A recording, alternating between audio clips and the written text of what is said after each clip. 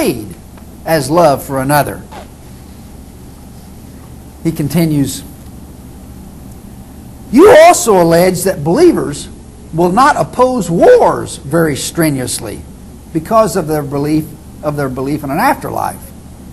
This whiff of intellectual flatulence evinces once again ignorance on your part. The criteria of the just war theory were first worked out by Christians who did not want their governments going to war on a whim, and Christians have striven ever since to hold their governments to these standards. Additionally, many of the staunchest elements of the anti-war and nuclear disarmament movements have been Christians, as are many pacifists and conscientious objectors, unquote. In response, I said, if there's any ignorance, my friend, it lies in your failure to realize that I never said anything about a just war theory. My comment was much broader. I said that religion by its very nature is supernatural and otherworldly, and those entangled in its web are more likely to accept war and possible death than those who believe that this world is all we've got. Those who believe that death is followed by another world, another existence, or another life are less inclined to fear that which places their life in danger. Secondly, religious participants in the anti-war and nuclear disarmament movements are almost always liberal Christians and individuals and organizations. These people are the ones who have moved farthest from a belief in a perfect Bible and the ones least inclined to accept many biblical teachings. You remind me, generally speaking, those least inclined to accept the Bible are most involved with saving this world, and vice versa. You remind me of Christian apologists who love to trot out the names of clergymen who opposed Hitler and Mussolini when their forces were conquering Europe. What you and they neglect to mention, of course, is that the ministers and priests who opposed Hitler and Mussolini were the exception, not the rule, and we're nearly always liberal Christians. Fundamentalists, conservatives, evangelicals, the Pope, and believers in a perfect Bible were noticeably absent from beginning to end.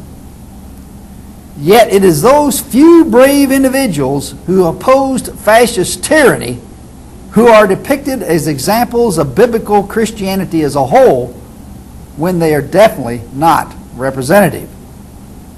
It's from the liberal wing of Christianity that pacifists, conscientious objectors, and opponents of fascism nearly always come. The support given to fascism by the Pope and to the Vietnam War by Billy Graham, Oral Roberts, Pat Robertson, Jerry Falwell, and other conservative Christians is fully understandable. The writer continues, on the other hand, most of the wars of this century have been precipitated and prosecuted by atheistic tyrants. It wasn't Christians who invaded Czechoslovakia in the 30s. It wasn't Christians who bombed Pearl Harbor. Christians have traditionally been inclined not to go to war unless they feel there is no other recourse. You don't have to speculate on this. It's history. You can look it up if you're really interested in truth and not in merely flummoxing your readership in order to score debating points, unquote. In response, I said, this comment is almost too absurd to warrant a response. Where on earth are you getting this preposterous nonsense? Tens of millions of people died in World War I, and prime leaders of that catastrophe, such as the Habsburgs, Hohenzollerns, and Romanovs, were not Christians? Are you serious? Key initiators and participants in World War II, such as Hitler and Mussolini, and Roosevelt and Churchill, were not Christians? I can remember seeing a news clip of Roosevelt and Churchill on a ship in the North Atlantic singing Onward Christian Soldiers with thousands of sailors following a crucial meeting in the darkest hours of late 1941. Every major war of this century, and most of the smaller ones, have been led, caused, and fought by Christians. Are you saying Adolf Hitler was not a Christian when he invaded Czechoslovakia? Or Mussolini was not a Christian when he invaded Albania and Ethiopia? Franco was not a Christian when he attacked a legally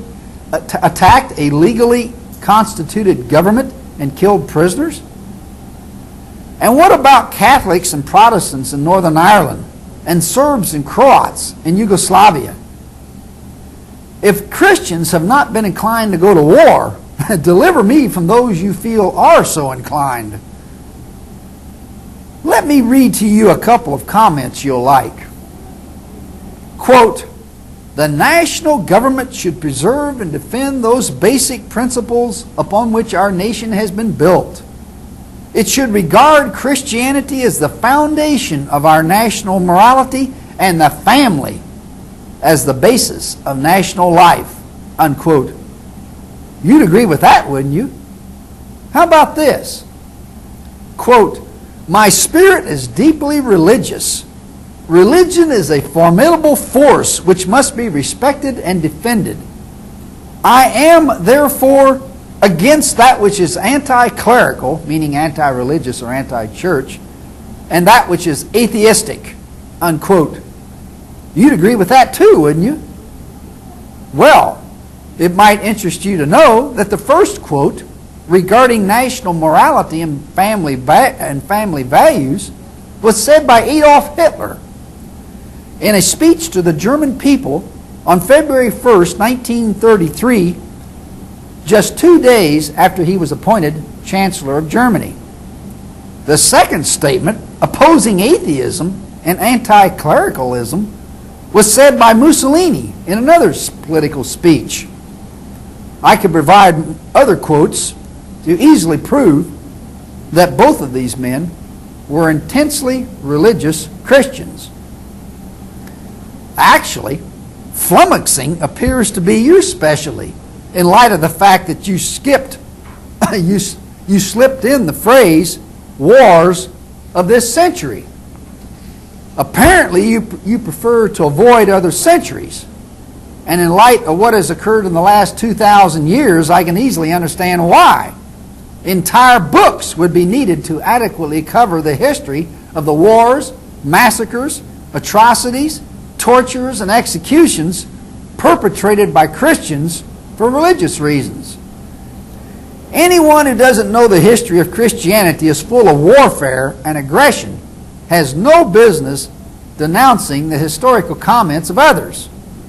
Catholics and Protestants were killing one another as well as killing Jews on a regular basis throughout the entire Reformation period.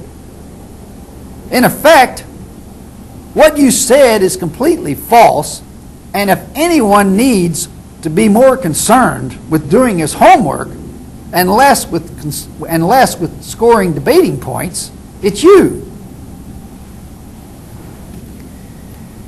He continues by saying, "You also allude to passages in the Bible that suggest that it teaches the inequality of men and women. But what the Bible teaches is that men and women are different, not that they're unequal. Indeed, Christianity revolutionized how women are viewed by the larger culture. Contrary to Judaism and Roman society, women were exalted by the early church, exalted to a status similar to that which they enjoy in 20th century America." Unquote.